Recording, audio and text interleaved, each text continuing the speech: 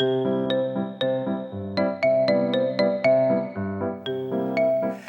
语文千万字，大家要跟大家做伙来捌一字。讲到咱台语有真侪奇曲，过去嘛有研究这个主题期刊甲论文，一般较有回时代避免讲到这个字，其中一个字就是死。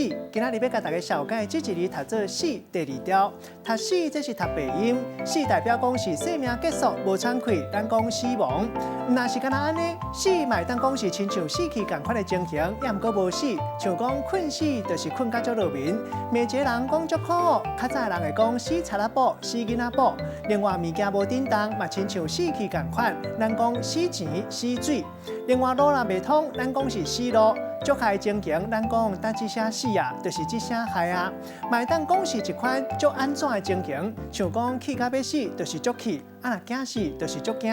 无法度改变的，咱讲死脑筋；足歹的，咱讲是歹死。文音读做死，嘛有人认为讲死甲死，这是腔口的方音差。带大家做过来小解两个词。头一个读做要死要活，意思是想要死无想要活，代表足痛苦、足悲伤、足艰苦心。第二个词读做死者活者，咱台语常常讲到这个死啥活啥，像讲死前活后，啊若死马当作活马医。这个死者活者意思就是坐咧想要无命，活咧无想要食，意思就是讲食用饭无代志做，要食唔讨趁。咱用一句话来举例，甲这两个词合做伙。